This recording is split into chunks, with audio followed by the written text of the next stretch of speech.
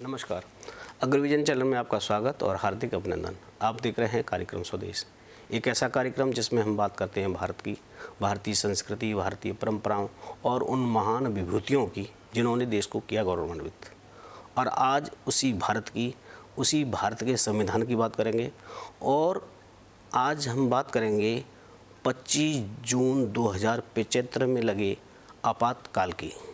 वो कितना भयानक था, उससे कितना नुकसान हुआ देश का, इसके बारे में उसके साक्षी रहे डॉक्टर नंदकिशोर गर्ग आज हमारे साथ हैं। डॉक्टर साहब नमस्कार। नमस्ते। डॉक्टर साहब 50 साल हो गए आपातकाल को, उसके जो साइड इफ़ेक्ट हैं, आपने जो वेदनाएं झेली हैं, वो किस तरह की थी?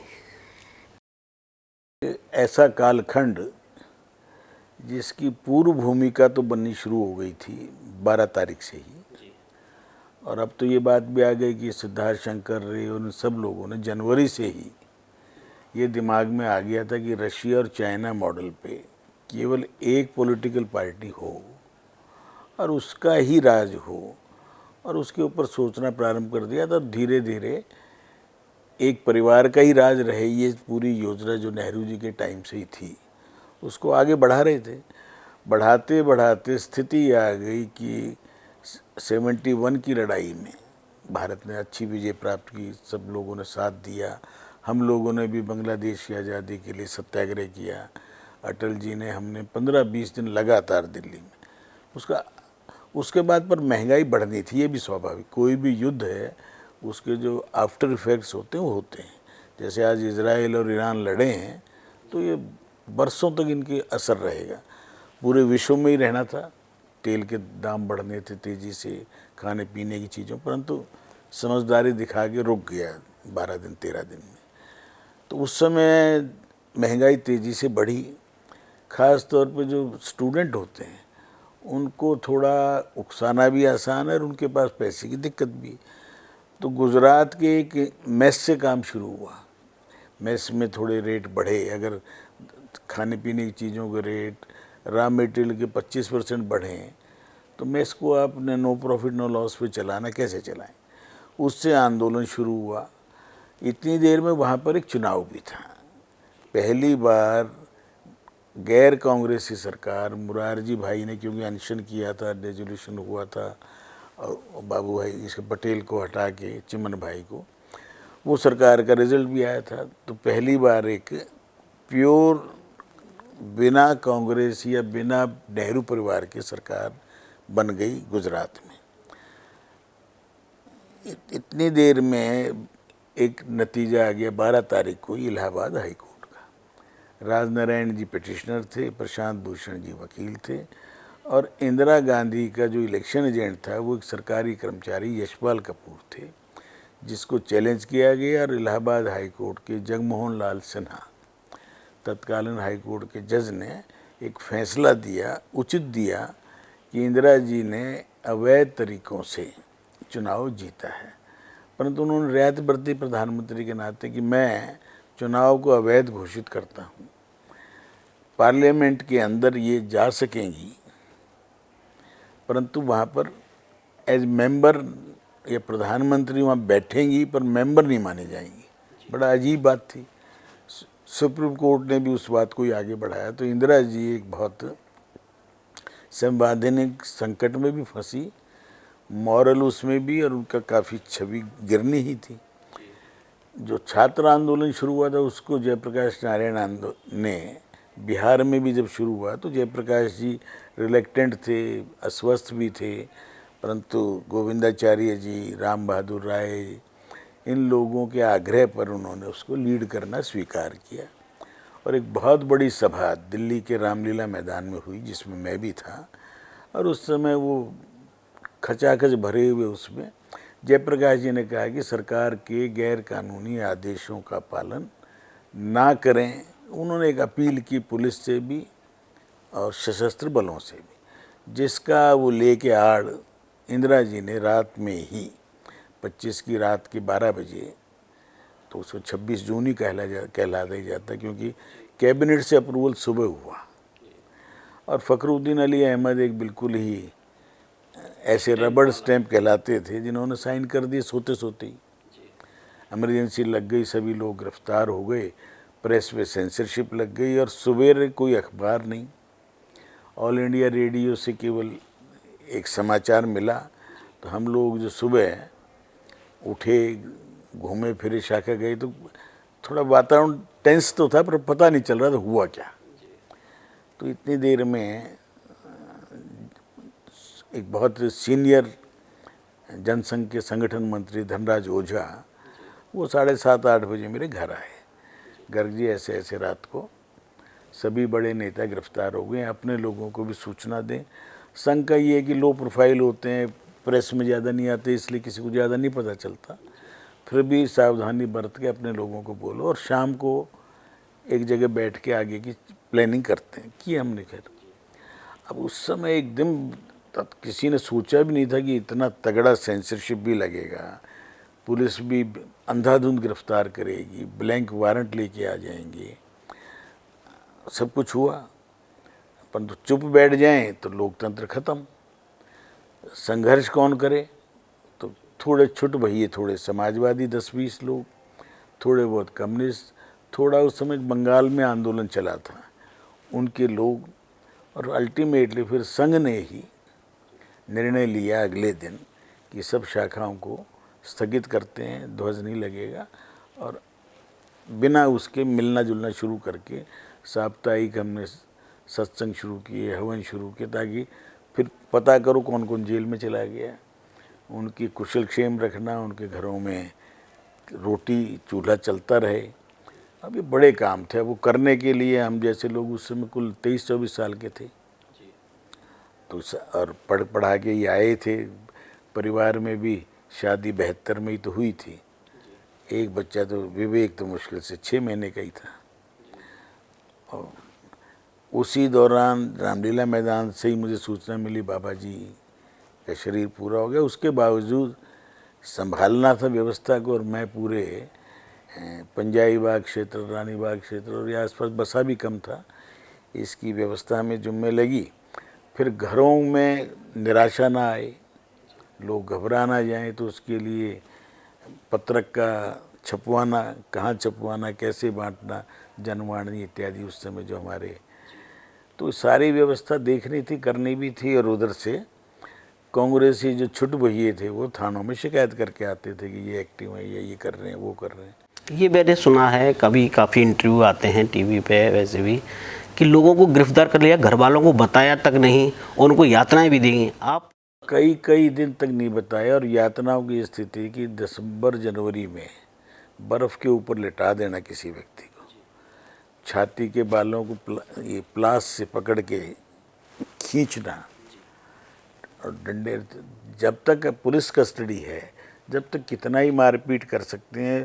पर तो उस समय भी एक बात थी कि 24 घंटे में ऑफिशियली अरेस्ट दिखाने के बाद आपको मजिस्ट्रेट के सामने पेश करना ज़रूरी था, कोई भी एसडीएम लेवल के। और उसके बाद पूरे देश में था, केवल तमिलनाडु में सरकार कांग्रेस की नहीं थी और गुजरात में, तो वहाँ तो थोड़ी राहत थी। बाकी पूरे देश में अचानक ही सब कुछ हुआ, अनएक्सपेक्टेड हुआ। तो कुछ लोग नेपाल चले गए, नेपाल से होते विदेश चले गए। तो यूरोप अमेरिका में जाके जब आंदोलन थोड़ा खड़ा हुआ, वहाँ की मीडिया में आया, तो यहाँ तो सब अखबारों पे सेंसर, टीवी एक ही था, उस पर जो सरकार चाहे उतना ही बोलेंगे। अखबारों में इवन एडिटोरियल नहीं छप रहे हैं। जनसंघ का इंग्लिश का एक ही अखबार था। वहाँ हिम्मत करके मलकानी जी ने ट्रैक्टर से बिजली काट दी थी रात को, पूरे बहादुर शाह जफर मार्ग की, और उसकी तो ट्रैक्टर चला के बिजली से प्रेस चलाई 1-1.5 घंटा, और एक पेज का अखबार निकाला जो 10-10 रुपये का उस मंदे टाइम में बिका। इतनी देर में पुलिस को आना ही था वहाँ, तो सारे हम वहाँ प्रत्यक्ष दृष्टि भी थे और वहाँ उपस्थित भी थे। पर आंदोलन को खड़ा करने में मुझे लगता है 10 दिन तो लगे, और 12 जुलाई को पहला एक अच्छा सत्याग्रह, मुझे लगता है शायद राजमाता सिंधिया जी के नेतृत्व में चांदनी चौक में हुआ। फिर दिल्ली हाई कोर्ट में कुछ सभाएं शुरू हुई, वीएम कारपुंडे जी, सुषमा जी उस समय बिल्कुल छोटी थी हमसे तो तो कुछ सभाएं 4 बजे हाई कोर्ट में, परंतु जजेस बेचारे क्या करें। मोदी जी भी उस समय आरएसएस के युवा कार्यकर्ता थे। मतलब मोदी जी तो उस समय गुजरात तक सीमित थे, युवा थे और विद्यार्थी परिषद और संघ में काम करते। तो उस समय के आंदोलन को गुजरात के अंदर जो धार, गुजरात उस समय स्ट्रांग होल्ड नहीं था हमारा। एक तो आप ये भी ध्यान रखें, गुजरात के अंदर पहली बार 4-5 एमएलए जो आए वो 77 में आए, इससे पहले 1-2 आता था। तो मोदी जी तो संघ के प्रचारक थे, उस नाते इनको एक अवसर मिला काम करने का, जैसे हमें भी मिला। एक ही आयु के हैं और बढ़ चढ़ के काम किया। जो निडर थे ये, क्योंकि विवाहित होकर भी अविवाहित फैसला हो चुका था मिसेस से। हमारे जैसों साथ के 2 बच्चे भी थे, फिर व्यापार भी था, तो व्यापार के भी हमारे ऑफिस यहाँ इंडियन ऑयल के सामने तोड़ दिए, सारी दुकानें तोड़ दी, मार्केटें तोड़ दी। मार्केटों के आगे जो बरांडे होते हैं वो सब पैदल चलने लायक फिर से बना दिए तोड़ तोड़ के पूरे दिल्ली के अंदर। और टमटा साहब यहाँ के कमिश्नर थे और यूथ कांग्रेस वाले लेके अपने निकलते थे। झुग्गियाँ सारी 2 लाख तोड़ी गई, उनको ठीक है बसाया। जगमोहन जी दयावान भी थे तो जीजे कॉलोनी बसाई, पर एक ऐसी स्थिति बन गई उधर से नसबंदी शुरू, ज़बरदस्ती शुरू। तो उसमें इस्लामिक लोग भी नाराज़ हो गए। तुर्कमान गेट के ऊपर बुलडोज़र चला तो उससे फिर, परंतु उसके बावजूद किसी की हिम्मत नहीं थी। उससे अनुशासन तो आया एक बार, तो उसको अनुशासन पर्व के नाम से इन्होंने प्रचलित भी किया। विनोबा भावे ने ये कहा, जबकि विनोबा भावे ने ये भी तो कहा था कि लोकतंत्र जिंदा रहना चाहिए। तो हम लोग जब ये स्थिति आई कि सत्याग्रह करना है, तो हमने भी 22 दिसंबर को सत्याग्रह किया, फिर जेल गए। जेल में ये स्थिति थी कि जितनी कैपेसिटी जेल की थी उससे ज़्यादा तो हमारे सत्याग्रही और पॉलिटिकल लोग थे। अब रहें कैसे, सब व्यवस्थाएं थी नहीं, तो वहाँ भी भूख हड़ताल और वो सब कुछ करके जो लोकतंत्र में संभव है। लाठियाँ जेल में भी खाई, भोजन ठीक मिले, जो जेल मैनुअल में लिखा वो चीज़ें दो हमें। तो वहाँ बनाने के लिए लोग 7.5 उस टाइम तक छटाकें चल रही थी। 7.5 छटाक आटा मिलेगा, इतना दूध मिलेगा, इतना मीठा मिलेगा, इतना नमक मिलेगा, वो सारी चीज़ें खैर व्यवस्थित कराई। सर्दी में फिर रजाइयाँ खरीदनी पड़ी जी, क्यों अंदर तो कोई डर नहीं हमें। अब 3000 लोग दिल्ली में थे, 3000 लोग कोई भी कुछ करें तो कौन सी सरकार गोलियां तो चलाने से रही। उससे खैर धीरे धीरे व्यवस्थाएं बनी। 1 साल के बाद थोड़ा सा ढीलापन आना शुरू हुआ इमरजेंसी। लगभग क्या 21 महीने चला आंदोलन, तो 21 महीने बाद कैसे परिवर्तन आया? मैं कह रहा हूँ 1 साल के बाद थोड़ा बहुत ढीलापन तो आया। कोर्टों ने थोड़ी थोड़ी हिम्मत दिखानी शुरू की जमानतें देने की, परंतु जो जबलपुर एसडीएम वाला मामला, सुप्रीम कोर्ट भी बेचारा असहाय। पार्लियामेंट के अंदर भी केवल पक्ष के लोग थे, तो जो अमेंडमेंट चाहे करना शुरू कर दिया। जो 1 साल बढ़ा दो जी लोकसभा का, 2 बार 1-1 साल बढ़ा दिया। 76 में चुनाव होने तो नहीं कराए। परंतु मैं समझता हूँ कि आपके जो CID वाले, IB वाले, इन लोगों ने इंदिरा जी को शायद समझदारी पूर्वक उसको ये दिखा दिया विरोध नहीं है कहीं, और इलेक्शन करा के तुम एक बार अपना दोबारा जीत जाओगे और मोहर लग जाएगी तुम्हारे इन कर्तव्य पे। तो उसको इस भ्रम में इलेक्शन करा दिया उसने कि लड़ेगा कौन, सब तो जेल में बैठे हैं। तो 23-24 जनवरी को छोड़ने शुरू हुए 77 में। तो पहली सभा हमने हिम्मत करके रामलीला मैदान में 30 जनवरी की रखी। ये मान रहे थे कि 500-700 लोग भी आ जाएं तो बहुत बड़ी बात। पैसे की बड़ी क्राइसिस थी उस समय। पैसा तो था ही नहीं ना, सब तो 500 लोगों की व्यवस्था नहीं कर पा रहे हम रामलीला मैदान में, जहाँ कभी 2 लाख आदमी होते। तो एक शर्मा वाणी केंद्र वाले से हमने, पुराना था भाई, 4 लाउड स्पीकर लगा दे, दरियाँ किराए की लेने की हिम्मत नहीं, पर हमने एक सभा की और कंवरलाल गुप्ता जी ने और हम 20-30-50 लोगों ने कोशिश करके, ना पोस्टर है ना सूचना कैसे दें। उसके बाद खैर 5-1 हज़ार लोग आए, थोड़ी हिम्मत हुई। और 6 फरवरी की हमने मीटिंग उसी दिन फिर तय की। वो एक टर्निंग पॉइंट मैं समझता हूँ भारत की राजनीति। 6 फरवरी को जो सभा हुई रामलीला मैदान में, जितने लोग अंदर थे उससे ज़्यादा बाहर थे। और जगजीवन राम जी के आने से, हेमवती नंदन बहुगुणा के आने से, नंदिनी सतपथी मुख्यमंत्री रही थी उड़ीसा की, ये कांग्रेस छोड़ के आए और हमारे साथ मिल के फिर ये तय हुआ कि जल्दी जल्दी पार्टी बने, तो जेल के अंदर ही जनता पार्टी का नाम रखा गया। सिंबल चौधरी चरण सिंह का लोकदल का यूज किया, हलधर, और जल्दबाजी में ये की व्यवस्था की और मुरारजी भाई, जगजीवन राम, चरण सिंह, ये तीन अपने आप को प्रधानमंत्री की कैंडिडेट मान रहे थे, पर ये कहा कि जयप्रकाश नारायण जो कहेंगे वो मानेंगे।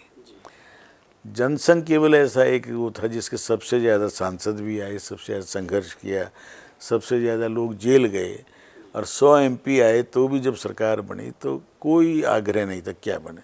तो 2 मंत्री बने थे हमारे, अटल जी, अडवाणी जी, परंतु उससे एक परिवर्तन आया और मार्च आते आते रिजल्ट आया तो इंदिरा जी भी हारी, संजय जी भी हारे, और उत्तर भारत में शायद 1 सीट छिंदवाड़ा की और 1 राजस्थान, बाकी पंजाब से बंगाल तक बिल्कुल साफ, जिसके कारण से सरकार बनी। उस सरकार को तोड़ने का, जिसने इंदिरा जी को हरवाने में योगदान था नारायण का, वही आदमी मोहन मिकिन वालों से ट्रैप में आ गया और उस सरकार को अस्थिर किया। चौधरी चरण सिंह भले आदमी, सच्चे आदमी, उनको एक एम्बिशन था, मैं एक लाल किले पे झंडा फहराऊं। झंडा तो फहराने का एम्बिशन पूरा, पर उनको समझ उसी दिन आ गया कि मैं गलत हाथों में ना पड़ जाऊं, गलत रास्ते पर ना जाऊं, और उन्होंने इस्तीफा दे के संविधान के साथ भी बड़ी छेड़खानी की इंदिरा जी ने। सारा 75-70 में इतनी कर दी कि उसमें बचा ही कुछ नहीं था जी। उसके अंदर समाजवाद शब्द जबरदस्ती थोप दिया, धर्मनिरपेक्ष जोड़ दिया जिसकी डेफिनेशन कोई नहीं।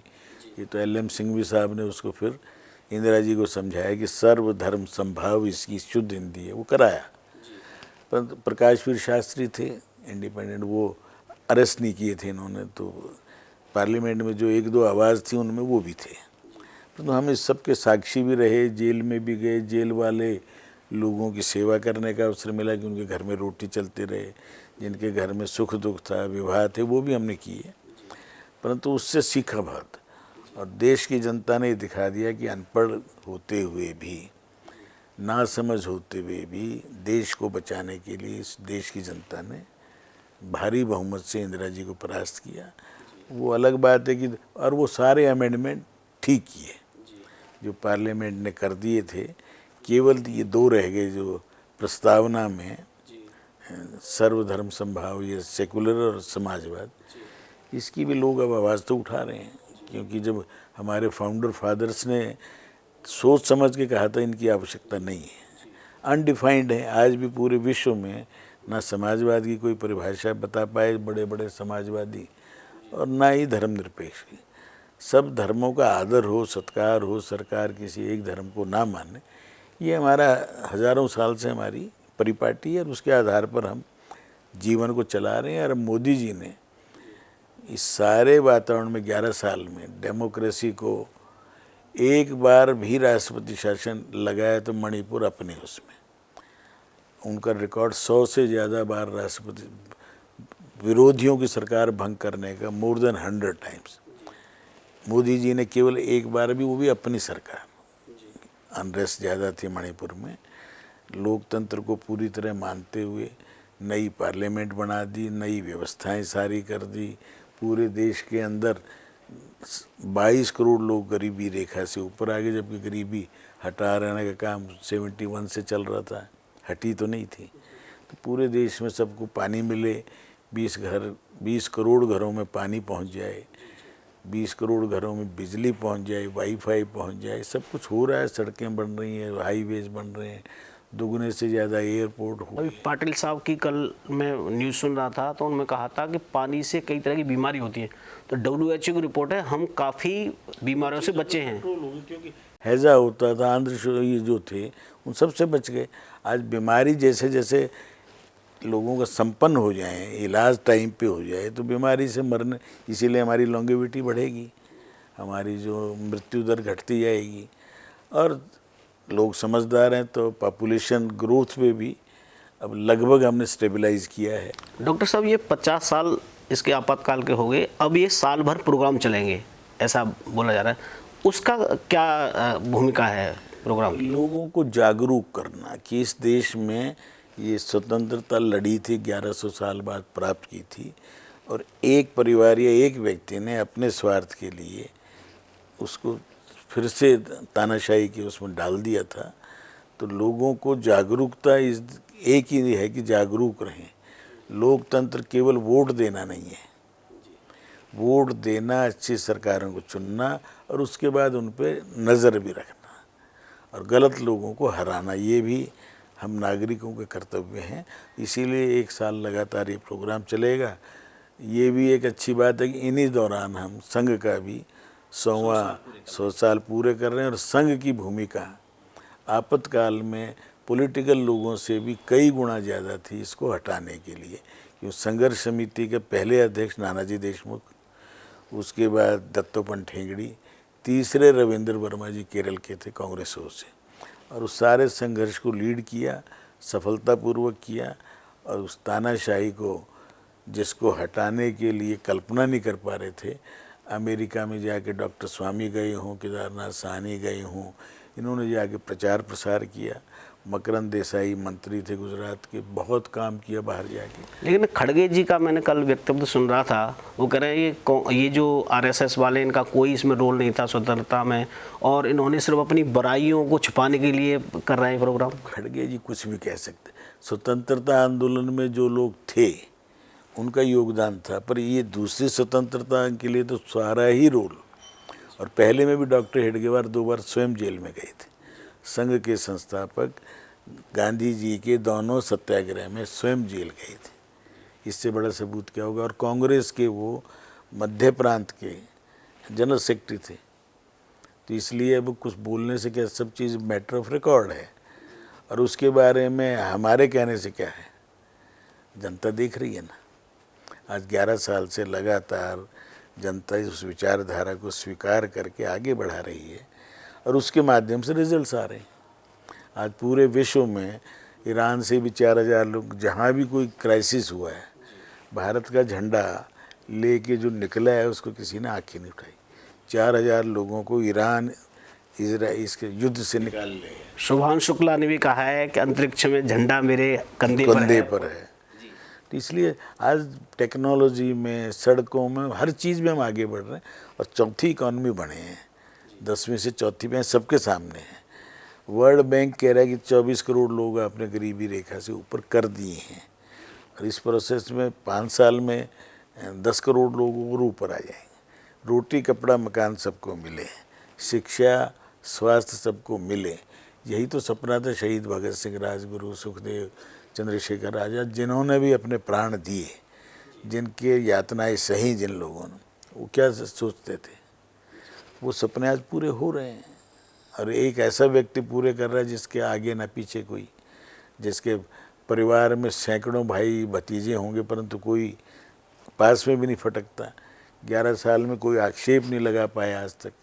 राम राज्य में था समर्पण, वही समर्पण वाली भावना से हमारा देश चल रहा है। हमारा मूल संस्कृति को मानने वाले, भारत की परंपरा को मानने वाले लोग कितने भी बिगड़ जाएंगे तो उनको दूसरा टोकने वाला है। चाणक्य जब तक रहेंगे चंद्रगुप्त का निर्माण भी होगा और चंद्रगुप्त को संभालने वाला भी ही वो था कि इससे विवाह नहीं करना, नहीं करना है, उसके प्रेमिका को ख़त्म करना है, तो चाणक्य ने किया था। इसलिए चाणक्य प्रतीक था इस देश की ब्रह्म शक्ति का, ज्ञान शक्ति का। और 2500 साल पहले जो कुछ वो लिख गया उसी को आज फॉलो करके आप शासन व्यवस्था में काम कर लें, कोई दिक्कत नहीं आएगी। बहुत बहुत धन्यवाद सर।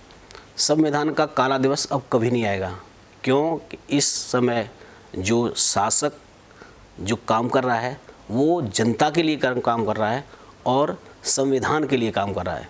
हमें दीजिए अनुमति। नमस्कार।